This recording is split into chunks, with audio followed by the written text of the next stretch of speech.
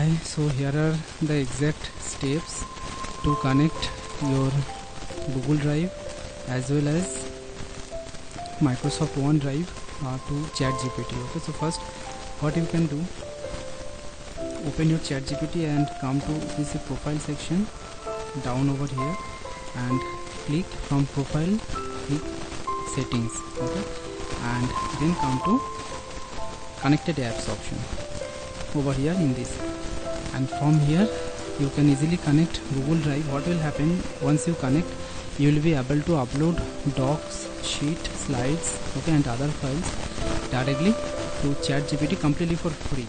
Okay, so this feature completely for free. So even if you have a free account, you can have that feature.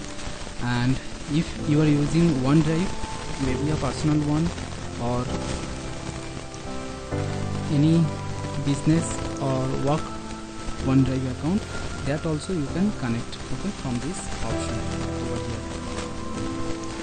So hope this video helped. You should ask me if you are facing any questions or if you have any questions or any doubts. Okay, I'll try to reply as early as possible. Take care. Wish you all the best. Bye.